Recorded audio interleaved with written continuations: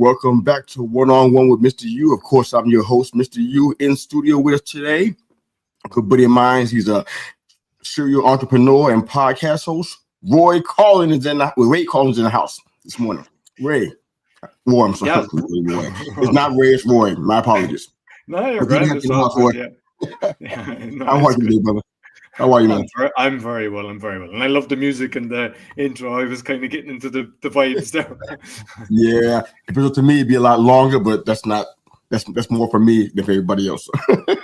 I can't do that kind of stuff. But I'm excited to hear have you share your story live with all of our listeners. There's so much meat and content from your experiences in life.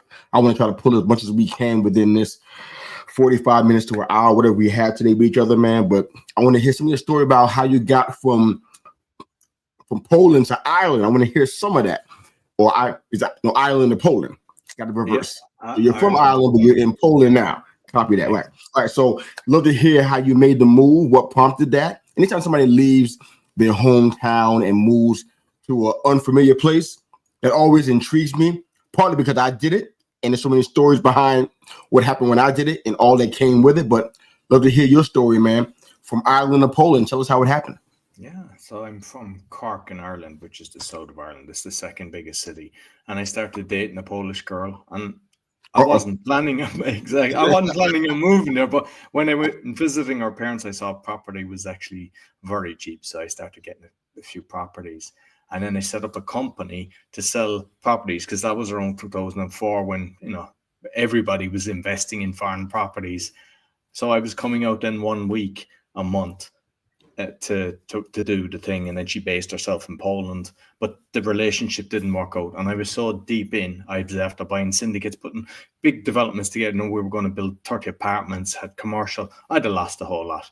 So it wasn't planned, but I moved. I'm here 18 years. I'm kind of happy I am, because I've seen the way Ireland has gone. Ireland's kind of gone down the drain because of bad governments. Here, extremely safe. Love it. Never had any hassle since I've been here.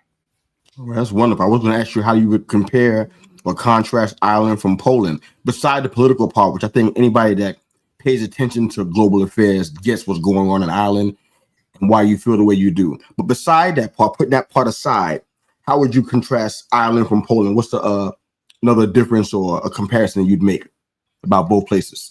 Well, when I came here first, I remember we had investors, and we were walking the main street, and they were like, there's no people that are obese here. Like, everybody was in great shape. That has changed. So in the 18 years, but you've got all these franchises after appearing as well. So they're not looking after their health as they were.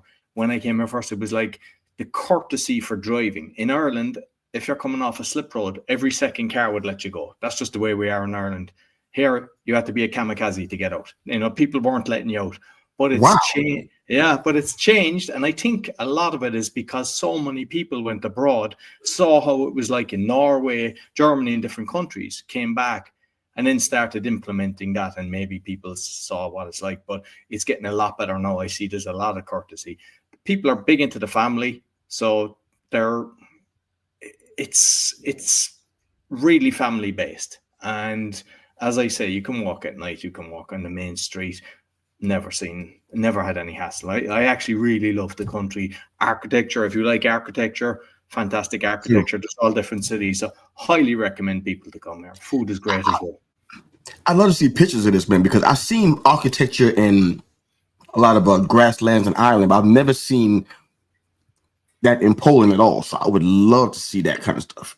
I don't know how we can get that. Maybe can you post some pictures on our YouTube channel under the episode for the show? Are you able to do that? Post some pictures of the. Well, I'd be able to go in and find ones that I know is good architecture and put the link for it. Yeah, absolutely. I would love to see that, because I don't even know what it looks like in Poland, but the way you describe it sounds really beautiful, man. I love to hear that, man. More of that. Another thing in regards to your time in Ireland and Poland, I know that you started off, of course, you were born in Ireland. You started off with that entrepreneur spirit in Ireland, and now you're kind of making it really happen in Poland in a big way. You got so many accomplishments. I don't know if it's going to take us more than an hour to get into all that you've done, man. So I'm excited to have this chat with you. But where do you believe the idea for entrepreneurship started with you? No, started in Ireland, but what do you think kind of set it off? Was it your dad that was an entrepreneur and you picked up after him, or your mom? Kind of what started it all for you? I'm not sure.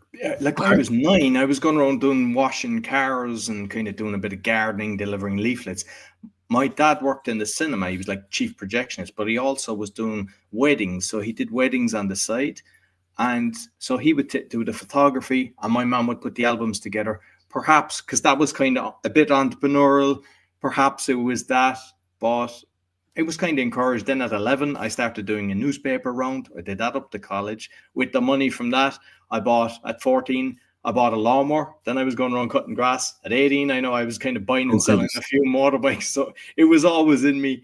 Then I think around 22 or something like that, I studied construction economics and management, started working for a mechanical contractor and kind of toured around Ireland. I worked in different parts of Ireland, Limerick, Dublin, Dundalk. I was with one company for about eight and a half years. So I kind of worked my way up to project manager, contract manager, then went with another company doing regional manager. But it was still in me. And even during the time of that, I set up a web development company with a guy. And it was always in. So when I went to Poland, I've never worked for a company since. Oh my goodness! Well, I get the whole entrepreneurship thing. I mean, in my early years, I fought it off a lot. My mother, she was really big on education, and that was kind of ingrained into us. So I tried to balance that and try to do that, not only to please her, but just to make sure that I was doing the right thing, taking a stable route. But entrepreneurship was something I couldn't get away from. So now I'm fully engulfed in it. And obviously, you were starting that same path early on in life, and it hadn't left you. You kind of take it to another level. A lot of people who are listening to our show, what I hear, a lot of them have that kind of entrepreneurial bent, if you will. What kind of encouragement would you give to our listeners and those that are viewing the show today if they have a desire to do that, but they're kind of afraid to step out into the unstable and leave the stable behind in order to do entrepreneurship? How would you encourage them? Would you tell them to do what you've done, to step out, kind of a leap of faith, or would you tell them to go a different route? How would you encourage our entrepreneurs that are listening today?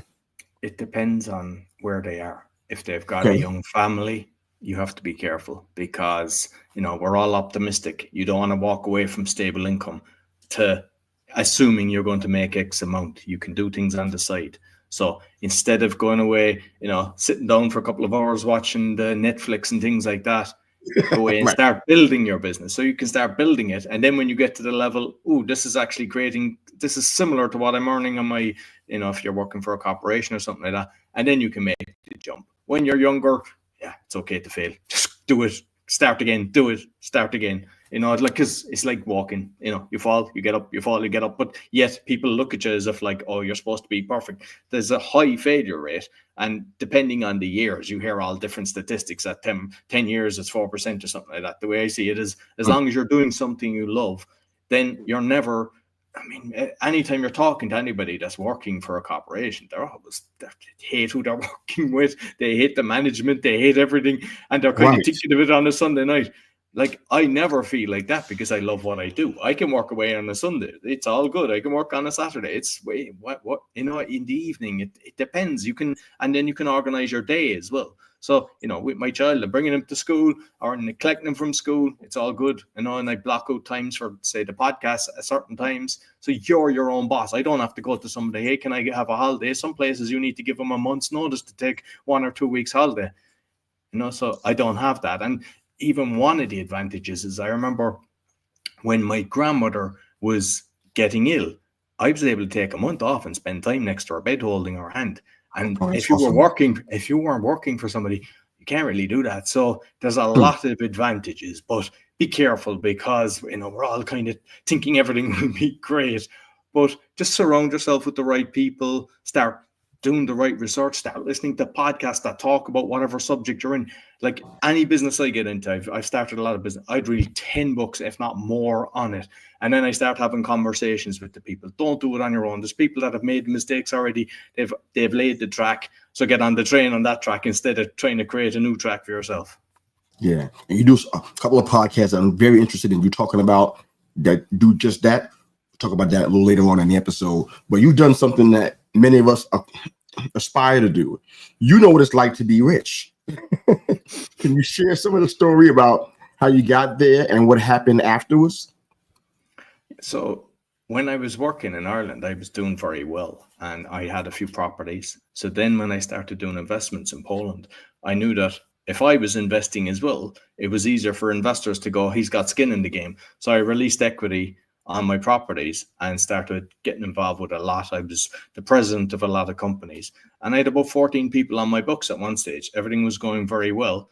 Crash happened in the States 2008, but it took a bit longer to come across the pond. And a few of the people that I had in the syndicate, they started, and they were big, like they were worth 10 million plus, and they started losing everything. Everything started being taken off them. And I just thought, this is going to come right. And I started putting some more money into it to cover some of the ones, the commercial. I said, look, I'll charge you 10% at the end of the year if you can't give it to me. But I assumed they'd get it right. And eventually the whole lot came tumbling down. They didn't get it right. And usually with a limited liability company, you kind of go, let's start again. Like I was saying earlier, if you're younger. But the problem is nobody had told me in Poland that I was personally liable. So I was personally liable. So I had a debt of about $5 million. And I had to, and then of course, sure, all the investors were just gone. They left me kind of holding the baby. And I had to fight my way through that. But through that, I saw so much corruption. I saw corruption with bailiffs. I saw corruption with courts, with banks. And that was kind of what fueled me to kind of expose this, and was one of my shows is kind of like exposing fraud and corruption, but with solutions. It was like, I said, this isn't right. And I see this is an international thing, you know, like for example, like a bailiff, they'd have a screenshot showing that they advertise something, but they take it away and they pretend that nobody turned up. And then they get their own cronies to buy it. You know, there was one project, there was houses, and they had people, they bribed the people in the room that they had their own people buying it. So I reckon, like, I seen it happening. I thought it was just Poland, and I seen it happening in the UK and Ireland and in the States. So I'm assuming it's happening in every country. So when you see that kind of thing, and it's coming more to light now. There's a lot of people kind of realizing the fraud that's going on. You know, there's even websites in the UK. There's the procurement files, and there's different things. So when people see that, it's a case of how do we protect ourselves, not to tolerate it, not just assume this is us. Because what happens is people, they're having their own little battles, and they're assuming like everyone isn't coming to help them because they're having their battle and they're assuming it's just them. And so, for example, I know now that in Poland they're attacking like the honey farmers. I've heard of that recently. So everyone, like, they're having their battle, and then someone else, then they're going for the chicken farmers. I know they're doing that in the UK, and they're having their battle. So we all need to come together and kind of go, this isn't right, instead of just waiting till it comes to you. Because when you see the corruption, you go, how is this possible? And everybody goes through it at a certain level. And when you start opening up about what you've, so many people that I've talked to, because I'm okay talking what happened and explaining the different court cases. And so many people will actually start telling you then their story, but they're afraid to before that. They think it's shame and everything, and it's not. It's like, you know, that's just the way it is. They turn off the tap of lending. That's what they did for everyone that got wiped out in that crisis. Wow. That's an outstanding story, man. Love for you to get into some of that stuff closer to the end of the show about that different show and exposing the fraud and the corruption, because that kind of stuff. People, we need to hear that. We got a head in the sand when it comes to what goes on in the States, much less globally. So I just want to get into that as much as we can. I'm so excited. I'm like, we have time for all this stuff. There's so much meat on this bone. But one of the things that you do, I think is pretty awesome, is that you attacked one of the biggest fears that most people statistically deal with. Matter of fact, it may be the number one fear, and that's public speaking. Talk to me about how you overcame what is probably the number one fear in the world. How do you overcome that? So it's an incredible story. I'll take it a layer back first to show you how bad I was. When I was younger, I wouldn't go to the shop. I'd give my friend the money to go in and buy the sweets. When I was 18, in the bar, I wouldn't go up to the bar to buy my round. I'd give my friends the money to go up and get the round. I was too embarrassed for that. And it was like, even when I was running kind of big jobs for the mechanical contractor, the one part I hated was the meetings. Like, I used to get terrified. And that was the time I didn't sleep at night, the day before. Thinking, So when I decided with all this corruption, I want to expose this, the one thing, I was at an event and it was what's your quest? So that was my quest to expose it. But there was two brilliant speakers. And I said, I need to become a good speaker to get my message out. So when I came back, I said, all right, I'm going to go to a Toastmasters. Couldn't go on my own, went with two friends. And I said, this is brilliant. And they said, we don't have time for this. And I wouldn't go back because I was too shy to go back. And the only reason I joined is they formed a new club a couple of months later. And I said, all right, everyone's going to be new. Went there and they said, you signing up? Yeah. Will you do a speech next week? Yeah. And I kind of said to myself, I'll say yes for everything. I entered every competition. I got into the final of 5 countries. I did an open mic TEDx. I did open comedy. I entered all competitions, Polish and English, and just basically overcame the fear, and then became a lot of people asked me to be their mentor. Formed my own club, Toastmasters Club. Went back to the one that I was afraid to go on my own, and became a coach of a Finnish club, and became a distinguished Toastmaster after 3 years, which is kind of the top kind of position that you get in Toastmasters. But it was speaking, then the fear was gone. And what I say to people is, we tell ourselves a story. I told myself I'm not good at speaking. I don't like public. And I've interviewed so many people, and I think it's come back to school, because what there happens in a lot of schools is they get you to stand up as you're learning the language, and they get you to read in front of the class. It's new words, you start stuttering, you start getting, I was stuttering for a few years because of that. I was terrified, and they were mocking me and joking with me. And I think that stayed with me. And there's so many people that I talked to, and they had similar experience. So many people have a bad experience from school. So instead of the teachers encourage us, so make sure if you've children, do not tolerate that. Find out what they're going, because a lot of people, they just kind of let their kid go off and go to the school, and it's like a babysitting service, and you do it, and they don't even ask them what they're learning or who they're doing. Find out what they're doing. And as any teacher does something like that, you do not tolerate it. You put them in their place. And that's like the corruption as well. You stand up to the teachers that are actually abusing the children, because there is some teachers, they shouldn't be teachers. But unfortunately, for most of them, it's a job for life, and they're allowed in it. And the only way it stops is all the kids stand up together, and they let their parents know what's going on, who says, hey, this isn't right. And it's reported and nipped in the bud fast. Yeah, I love this. There's definitely a theme with a lot of the work that you do in regards to exposing corruption. I'm always all for that, because I've always kind of, just because of my upbringing where I come from, I've seen so much of it, and I've seen the impact that it had on communities and neighborhoods like mine. So I don't care for that. Maybe I don't do enough, perhaps. That could be fair, but I'm definitely an advocate for exposing that kind of stuff. What do you think prompted you to get into the mission of exposing corruption? I know it usually comes from someplace personal, from something that you've seen you came to grips or came face to face with. What was it that made you jump into this mission where you feel like, this is important? I personally, Roy has to do something. Ray has to do something about this. What was it that was kind of the trigger for that, for you to start addressing the need to expose corruption? It was a lot of the court cases. So I've had over 100 court cases, and being in Ireland as well.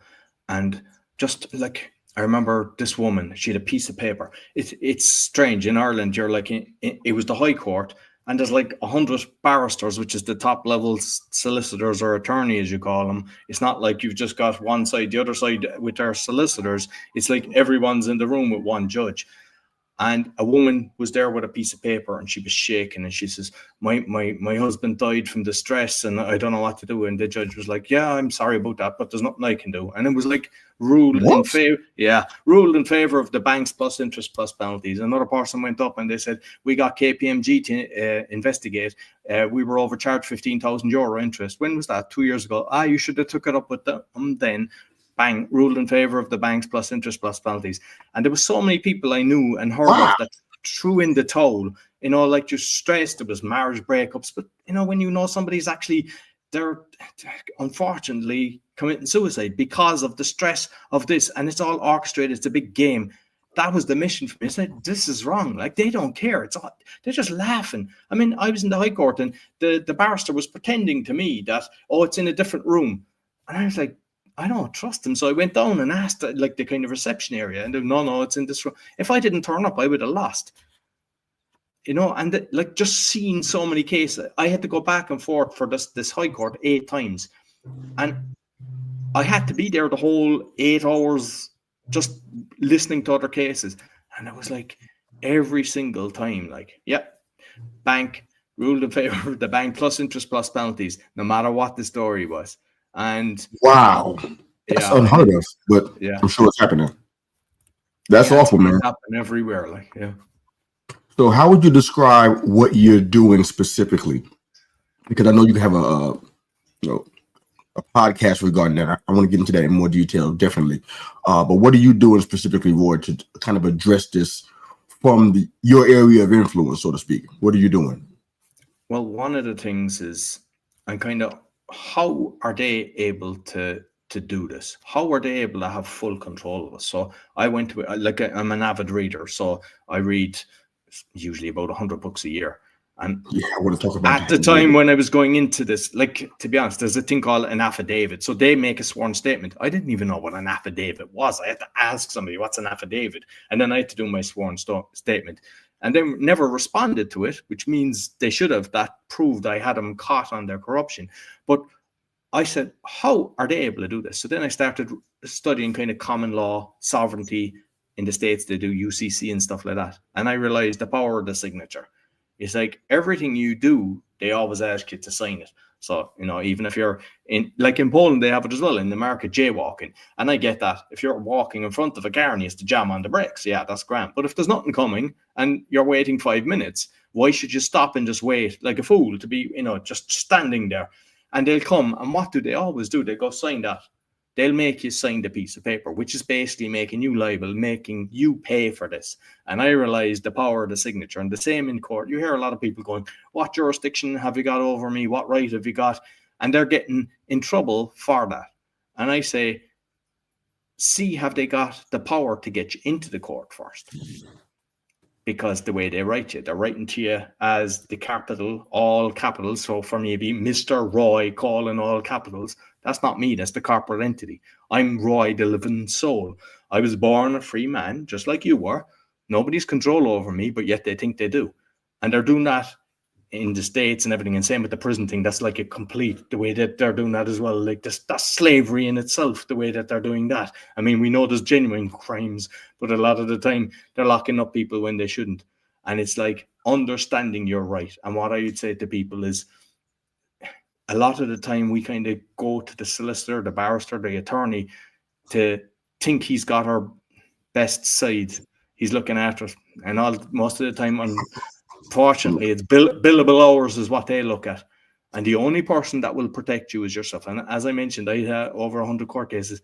Most of the times that I won, it was based on me paying attention. I had solicitors most of the time, and I'd be listening away, and I'd make a note, and I'd pass it to them. And I wouldn't have won only from me paying attention. And unfortunately, a lot of times, just like the school, like I said, most people just kind of, just say, it's grand, let him off. The kid's going to school. Same with the solicitor. He knows what he's doing. He'll do it best. Don't. You know yourself best, and you have to pay attention to everything you're doing. So I encourage everybody, like, learn about common law, learn about sovereignty. Some people say natural law, but just learn about our own power. Very good advice. Very good advice. I said there's so many things I want to ask you about. I'm trying to keep it all together here. But you shared in regards to the financial issues you had, and you had owned multiple properties and just lost everything in your home, all your possessions. A lot of folks don't really, I think they might have missed that early on in this conversation. We're talking about a $5 million liability. It's kind of hard to retain all that you have when you owe much more than what that stuff is worth. So to lose everything, tell us how you were faced with losing everything you had and still had the drive to rebuild again. Because some folks would be like, you know what? They almost lose your energy. You lose your desire. When you lose everything that you've built, it's like starting over again is a bigger mountain than people want to climb sometimes. How did you decide, you know what, or what drove you to say, you know what, I have to. I'm going to do this. It's a daunting mountain to climb again and restart everything, to rebuild, but I did it. Tell us how you did that. That's an amazing story, man. Yeah, so I mean, it wasn't easy. I did have times it was difficult getting out of the bed. I mean, it was kind of like, hey, I didn't do anything fraudulent here. What happened? You know, I'm always hardworking. Why did this happen? And what helped me, and this might help a lot of people, because every day there's someone going through some sort of battle. There's a lot of foreclosures going on. Like in the States, there's a high percentage of people that go through bankruptcy through medical bills. It's bad enough that you're fighting an illness without going through bankruptcy. And the same kind of thing, this, you know, that all these things that you do, meditation helped me a lot. So it was kind of, I came across the 6-phase meditation, and then I started to create my own one. And it was just kind of mentally just relaxing and thinking, okay, what am I grateful for? Because what usually happens when people are losing everything, you're thinking of lack. I've lost. Good point. That's a good point. But when you start thinking of gratitude, you know, like just that you have a roof over your head, that you have food on your table, that your child is giving you a cuddle, that's, you know, or that you've got support from parents or whatever, friends, you appreciate that. And when you appreciate it, you start attracting it. And the next one that was very important is the act of forgiveness. And I know lots of people, whether it's relationships, there's people have hatred for so many different things. And what happens is you're thinking of, oh, the court cases, the builder that done this, that was fraudulent, so many different people that did different things. And I said, all right, I need to forgive them. And some were easy, but there was others, they were big numbers, they were hard. And I was struggling. I was like each time trying to do it. And how I achieved it is I brought them back to the child. I said, when you have a baby, we've unconditional love for a child. You know yourself, baby, grab your finger, it's beautiful. So it was like, yeah, I brought them back to the child. I said they were born free. They were born without anything bad, but due to external circumstances, whether it was abusive parent, alcoholic parent, or the parents were working so hard that they just let the child out on their own and they hung around with the wrong crowd, then they became who they were. So the hatred left when I done it that way. And what it actually done is it freed it from me, because when we have hatred, it's in ourselves we're burning and we're thinking, they're not thinking about us, but we're thinking and we're angry, and whether it's a relationship, whatever it is, if you free that, it's no longer there. And then you can tell the story without getting emotional. You can move on and life becomes better. And you start, for me, becoming more mindful, more present, not looking for building wealth for the future. It's like every day I want to enjoy. Nobody knows when our day comes. And it's like, did I enjoy this day today? And plan to live to over 100. You know, don't live in hope thinking, sure, it'll work itself out. Plan as well, but also be present. And I think the forgiveness really helped me. What you appreciate, you attract. I love that, man. That's some good stuff right there. You mentioned about reading around 100 books a year. I know some people, that might have went over their head, like, how many? I mean, some people struggle to read 10 a year. Matter of fact, some people struggle to read 4 or 5. I know a few of those folks. I don't count how many I read. I read a lot, but I don't really keep track of how many it is. But I'm pretty sure it's not 100. Tell us how you accomplished that. What was the process and even the reasoning for why you even decided to read 100 books a year? What was the idea behind that, and how are you doing that? I was always kind of an avid reader, and then I found I get so much pleasure in reading. And even, you know, sometimes with people coming on the show, they'd say send you a PDF. I said, I don't want a PDF. I want the book. I want a physical book to be looking at. And I know you can even still listen to an audio book as well. You know, there's Audible, you know, so, but it's not the same. I find that I don't make the notes. I like to be kind of actioning the book. So I like to read a few books. What I found is what we tend to do is we'll read a book, and you either love the book and you'll read it in a few days or even in a day, or it's all right, and then you kind of drag it out to the month or whatever. But when you're reading a few books, you just hop and you'll end up reading way more. So, like, I'm reading a YouTube book now because I'm trying to improve that. I'm reading chapters and that. Just finished one on Cork, from who burnt Cork City. So they burnt my city in 1920. And and it was like all sworn statements about the people and that. And it's just interesting. I like to read a lot on kind of the corruption stuff as well, and medical and health, because they're things that I like to share. So with the information I'm learning, it allows me then to share that in conversations during the podcast, which will benefit the listeners. I love that. I love that. Like I said, there's so much. All right, so we'll come back to the podcast. I want to talk about that and what you're doing with virtual assistants. I'm going to come back to that. But let's get into, this is a media subject for you and I, because Matthew, we spent a lot of time talking about this since we've met. And that is the whole social media situation, if you will. We shared our struggles with social media, what we're seeing. We see some things that we would consider some corruption and some shady behavior on social media. But I want to hear your thoughts on that, where that came from, what kind of experiences you had, because a lot of people who I know listen to our show and who watch us on our YouTube channel, they have similar complaints. I would venture to say the majority of them don't do anything about it. They kind of just either try to avoid it, or some, very few, they just close that channel off. They say, you know what, I'm done with this. They uninstall the app and they don't go back to it. And they walk around with more peace than they had before, because they don't see all of the junk that they would normally see. You have to deal with all of the stress and wonder if their posts are being seen, and trying to fight an unseen algorithm, just all of the nonsense that social media is supposed to be. We share this in our pre-production meeting, that social media should be something that we can control. It should be our own experience. We go in and see the thing that we enjoy. If you want to see puppies all day long, then go to your social media and you can be able to see all the puppies you want. If that makes you happy, that's fine. We can't control that. We have to jump through all these hoops and see things that people want us to see, things that we're not interested in, have to block and try to delete and get things away from the actual enjoyment that we want to have on social media. So, man, beside that and safety and security issues, go, Roy. Social media. Jump in, brother. I got your back. At an early stage when I was doing the real estate, because I was trying to, I'm like an early adapter with a lot of this stuff. So I've got my name for, LinkedIn and Facebook and things like that. And then you do paid ads. And I found that if you're doing the paid ads, then the organic disappeared.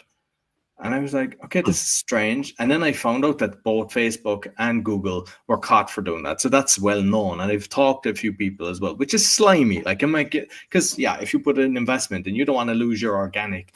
I mean, regarding the censorship, my Awakening one got kicked off YouTube. I got strikes. I got stripes for a person exposing the education system. And I was like, why would you? I mean, it's not as if I'm saying something desperate. Like, you go on to X, there's some nasty stuff on that. Like, I don't want to see that. I go in there and I'm sharing stuff because it's easy to share with a lot of platforms, but it's just constantly putting up really negative stuff. And the problem is there's kids going in looking at this and they can see really horrible stuff. And the algorithms usually is kind of like, because I can go into some of them and I like watching comedy, comedians on stage, because makes me laugh. I enjoy it. It kind of, especially with some of the, topics that I do, I go down deep holes and you just want a bit of escapism and you don't want to be kind of thinking like that.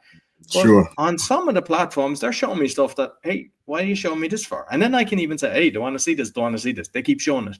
And like on Facebook, I had a friend who was, the way you'd have a few people that support you all the time. Mother's always supporting me. You have a few friends that are always giving the thumbs up for your posts and everything. And he said, I know I gave Roy a thumbs up on this post and it's gone. And he went back to all his posts and every single thumbs up was gone. So, wow. Yeah. And I know I'm shadow banning. If you start asking people, hey, you see no engagement whatsoever with a lot of stuff. And then you put up something stupid. And it's like, there's 100 people, giving a heart or whatever. And you're going, that's not right. They're not showing it. Something's weird. Yeah, so that they don't want to do it. And like, I think it's called Purity. I put it on like the Podfather thing. It's like a 2-3 minute. So that's one of the things that I've actually done to share with people to get rid of the advertisements that you see in Facebook. Because before it used to be good, you'd see stuff, you'd be doing stuff. If you're playing sport, I'd be like, hey, I know, keeping in contact. And then when you meet, you feel closer. That stopped. It's like ad after ad. You're scrolling through, you're saying 10 ads before you see a picture of somebody. And then they just, so there's ways of actually getting rid of that you can get rid of the ads that you see. But I don't trust any of them. The way that the algorithms are working, and most of the time people are just pitching. Like, there was a scam that happened to me. At one stage, there was a company that was doing lead generation, and I always do research. I'm always helping people. I go, no, and I spot things. I go away, do loads of research. I got caught myself with this crowd, right? Wow. They had over 1,000 people on Facebook, on LinkedIn. I had a call with your man. I saw there was video testimonials talking about them of 3 different people, and I was like, grand. It was $500, and it turned out that they were like fraudulent. I reported it to LinkedIn. I reported it to Facebook. I even got on to it was in Pakistan. I got on to the police there. They said, no, you have to do it there. Remitly, who the transaction was done by, I reported it to them. They kicked me out. And when I started saying, hey, what are you kicking me out for? So, and LinkedIn still has them up there. Facebook still has them up there. So wow. If these companies, and I had all the proof to show, hey, and it wasn't that I thought I'd get my money back. I thought this is gone, but I don't want the next guy to get caught. And they're not protecting them. So this is kind of how, because sometimes we think we can't do nothing. I was talking to you prior to recording about what happened to me just today. There was this company, it was like Calendly, a booking, and I booked something. So I thought, okay, they just want to have a conversation with me to tell me about their systems so that I'll jump from one to the other. And a couple of minutes beforehand, they cancel, and then they have a message saying, oh, you don't like when this happens, but you can book a call with us. It was like slimy marketing. And the problem is, your hours are valuable. You don't sometimes somebody can't make it, they get sick or power. That's all grand. But when somebody does it intentional, that's different. So I went on Trustpilot. I went on Google Review. I went into their post on Facebook. I think it took me 10 minutes. But I'll make sure that by doing that, I done the same with Remitly when they done that to me. When you do that, you're letting them know, hey, I'm not tolerating that. And if I'm buying something, I'm always looking at the reviews. And I don't know about you, but the first thing I do is I don't look at the top ones, because why? I look at the negative. You'll always have negative in a few things. But when you see a certain percentage, a high percentage, 10, 15, 20%, and what they say, lots of times I'll make my decision not to actually purchase from a certain company based on that. So if something like that happens, do the same thing. Don't think that they don't like that. I mean, there was a rental company that I got in Spain. The car got broken into, everything was taken, and they didn't cover me. And basically I said there was no alarm or anything. So I just went away, write a review. And they're contacting me straight away. Hey, contact it. They don't like that. You might think just accept it as it is. When something happens that is fraudulent, take screenshots, put it up. Like I took the screenshot of their thing today. The One Hash is called the company. Put it up exactly. So it's not just me saying something. I'm going, here, look, I took a picture of exactly what it is. So if you back up, it even reinforces what you're saying. It's not just, because sometimes you can have people that are like trolls doing things like that. But when you show it and you have backup, plus if somebody goes into Trustpilot, they see I review things nice as well. I'm not just one of these people that goes negative. When somebody does a good service, goes above and beyond, do that as well. Make sure, hey, you're supporting the local guy instead of the big corporations.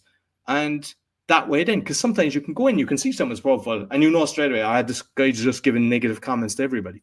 But if you're being open and honest, give positive comments, 5 stars when they're deserved, and reverse it, people then say, okay, this guy, he's a guy I can trust. I love that, man. That's really good. We got to start standing up for ourselves. I think we take it on the chin way too much when it comes to this kind of stuff. And what you said about the reviews, yeah. Sometimes I look at the ones on the top. I usually go through all of them as much as I can, just to see if I got a good balance. If I hear more negative, I'm not going to buy that stuff. So yeah, I definitely get that. But you said something about your hours being valuable.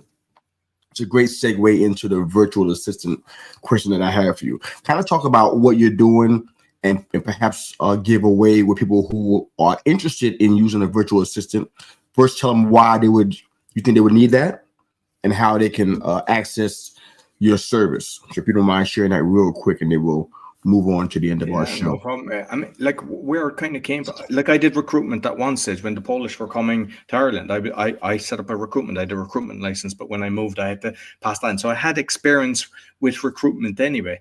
And when I was doing the podcasting, I was outsourcing a few times. I'd use Fiverr or I'd use Upwork. And so many times, and they'd be telling you how good they are, and it was like I was spending hours just trying to, talk to them, and it was frustrating. And then with Upwork, you get screenshots. So they're supposed to, you go, oh, well, yeah, I know he's working. But I was seeing screenshots of Facebook, and I was like, all right, I see Facebook's like, what's he doing? And I think a lot of them have a laptop, and then they're working on something else, and they're just taking the screenshot because it takes whatever, every 5 minutes or whatever, that, if they're showing so many hours they're working for. So I didn't like that. And the way we're kind of doing it is, a lot of people, they prefer the hourly for the virtual assistant. We can provide that. But what we do is like packages.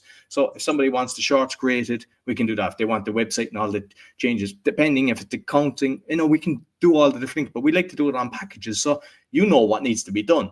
So you're getting the service based on that, and you don't have to be looking over your shoulder and checking it all the time, because that's the purpose of having a virtual assistant. So you actually get more work done. And if you're, say, coaching and you're making money per hour, you don't want to be spending it on social media and just, creating shorts and things like that, because it takes hours. It's kind of needed, and it's better to do it that's with somebody that can do it cheaper, and you're making more money. And yeah, I think I encourage everyone. We don't push the sale. We do a little call with people on what they want. We find out exactly how it is. And a lot of times people, we're on about trust and everything. We've got the office where my partner has the access to the accounts, but the employees don't. They're just working on it. So we're even protecting them, even though they're totally vetted, the people there. But because a lot of people are afraid giving the passwords. I know, like, say, for YouTube and stuff, you can have editor. There's some of them you can, there's some you can't. And to actually do all the bells and whistles, sometimes you need full access. But we've never been compromised. And for me, you have to protect the person's social media or whatever passwords they're using, even if it's access to the podcast, getting analytics and things like that, and they know that they're safe. I love that, man, because that's something I've been thinking about ever since I started doing the podcast in 2020.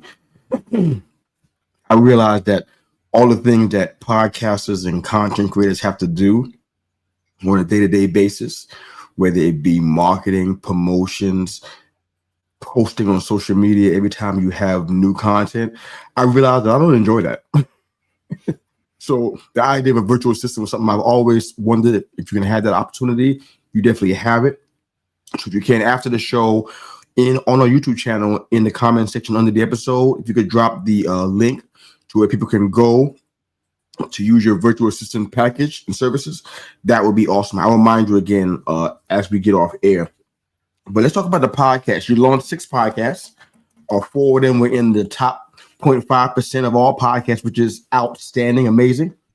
You've recorded over 1,500 episodes, which is also fantastic. You edited each one yourself, which is like, I don't know how you did that, but bless you, sir. But talk to us about what you think is the best way to grow your podcast, because you obviously have success in that area. And even myself, I can stand and learn from you, man. So what would the best way to grow your podcast, in your opinion? Well, the 6 actually have got into the top 5, and sometimes they'll fluctuate. Some people, they're assuming, because there's times I'll say, coach them, somebody come in, they expect that it's a simple thing that, I'm just doing this and that's why I've got it into. It's systemizing everything. Like, we had our conversation, we had a decent conversation prior to thing, and I said straight away, like, what you're doing, I knew straight away it's a decent conversation, because you're trying to, one thing you said to me is, I want to give good value to my audience. A lot of people, the ego gets in the way. It's all about them. And most important thing is a decent conversation, because if someone's going to come back, they enjoy the conversation or they'll share it. And when you constantly think about your listeners and care about your listeners, it's like if you're speaking on stage, you're seeing the engagement, you're seeing how they're reacting. Yes. And it's the same thing with the thing. They're still people, you just don't see them. And sometimes you'll see the comments and you kind of get good feedback and everything. But when you care for that's one of the most important things. There's like the name as well. Like, you have the name, you have the website. Like, I think why mine have been successful is speakingpodcast.com.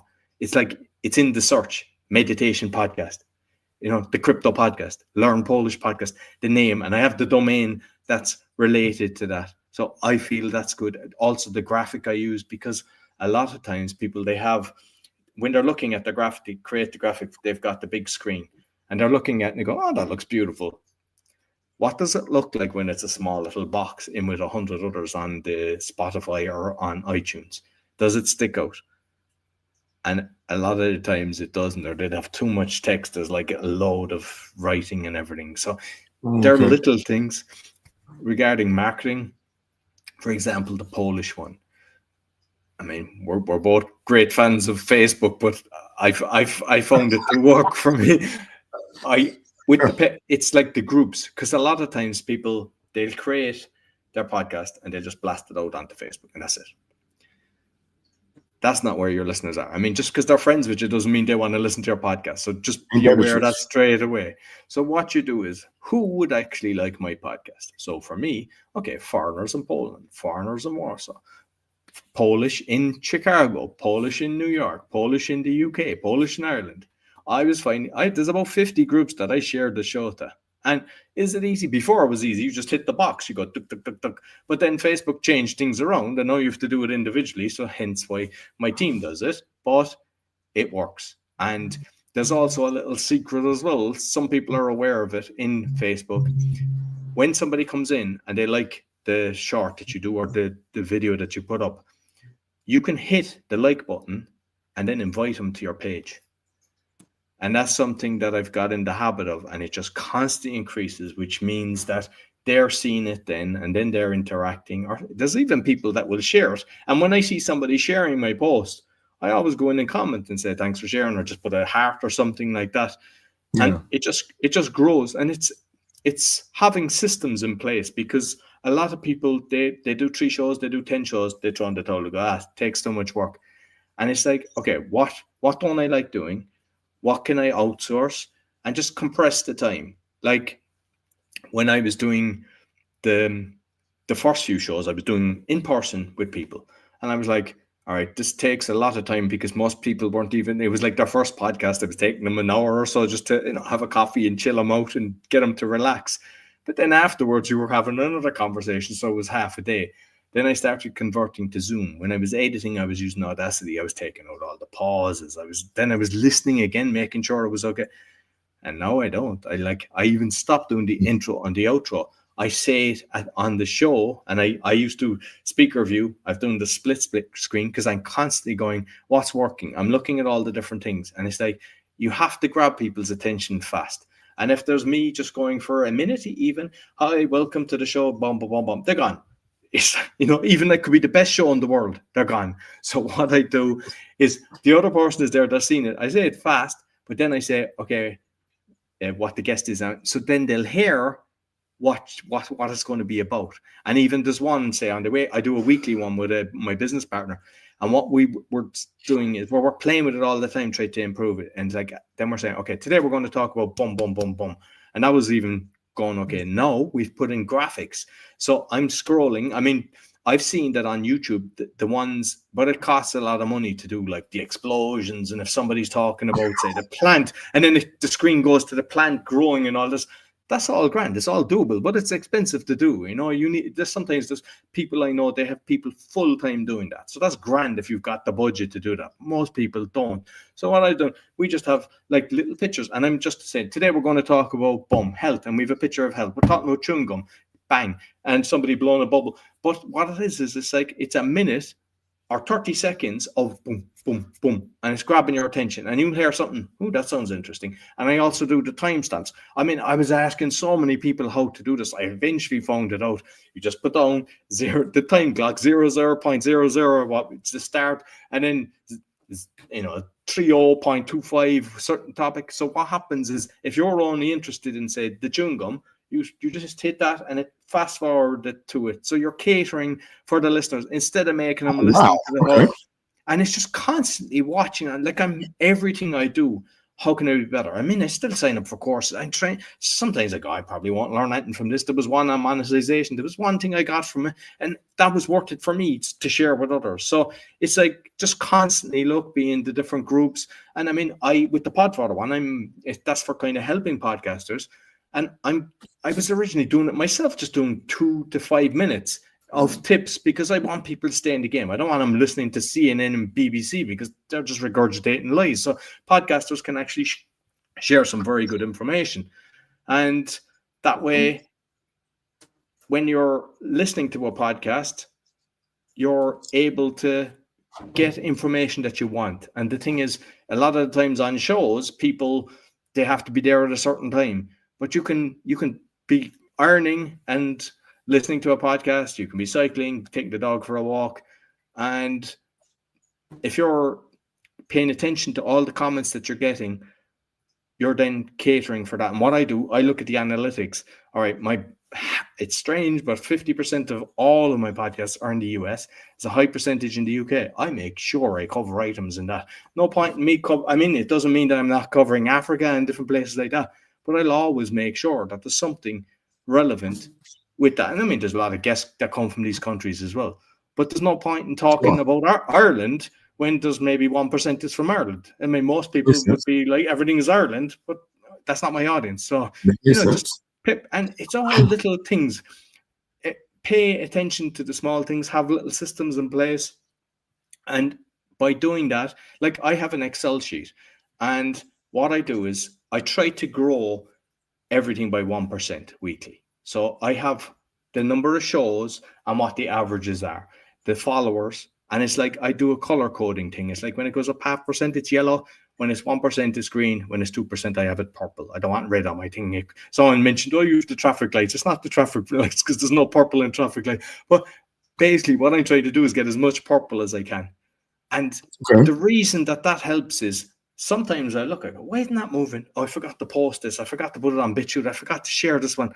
And it just allows me to be watching the numbers, which in turn helps them grow. But it's not all about the numbers. I mean, as I say to people, if you had the conversation, like this conversation today now, if it reached the one person and changed their life or helped them, would we still have the conversation?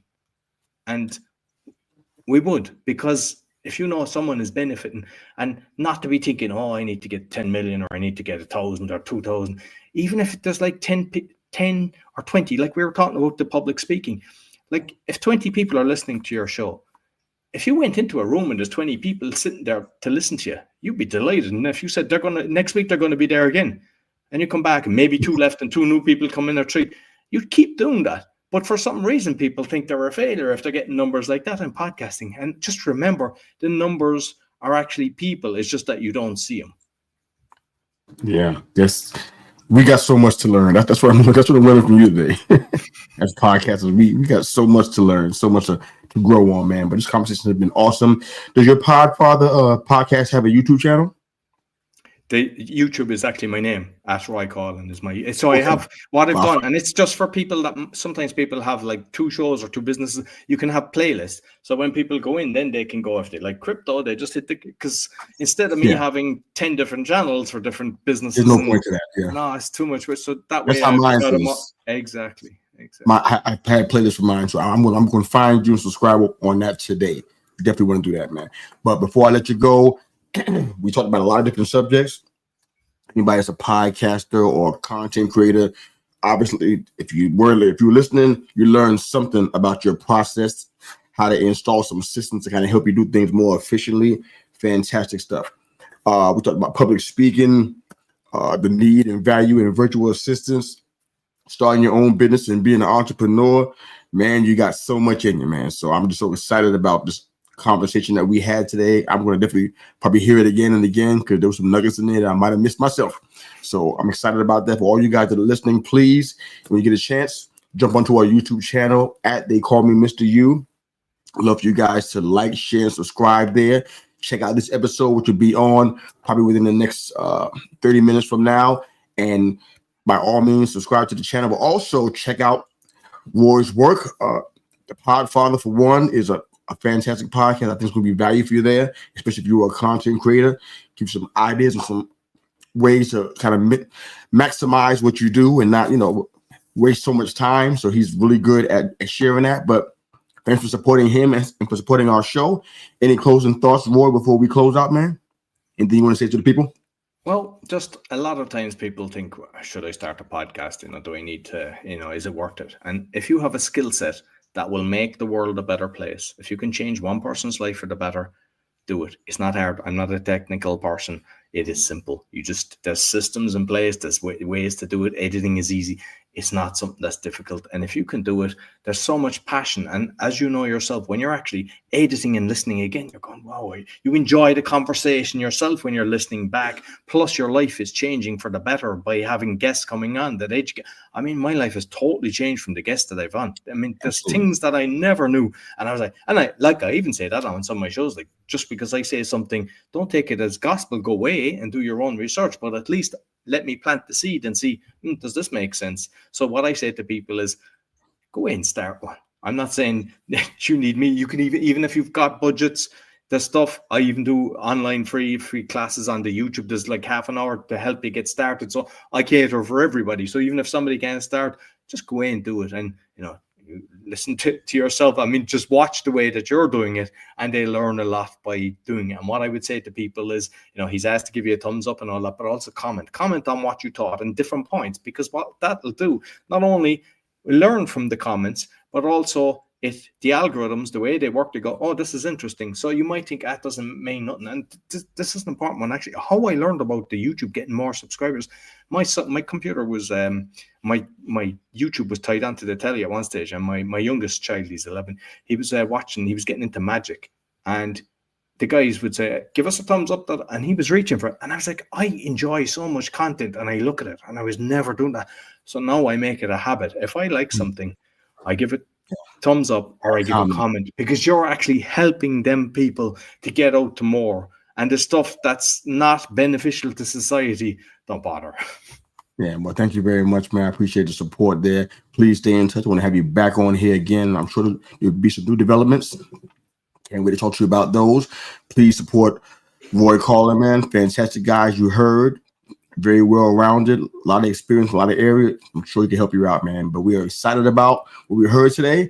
Please go back and listen. And please, of course, jump on both of our YouTube channels. Please like, share, thumbs up, subscribe, and leave a comment so we know what you're thinking. Maybe it'll provide value for somebody else who's watching. So thanks again for everything. And we had a great time today. Hope for more great times to come. Thanks, Roy. Appreciate you so much, man. Thank you very much. Enjoy, everybody. Enjoyed it.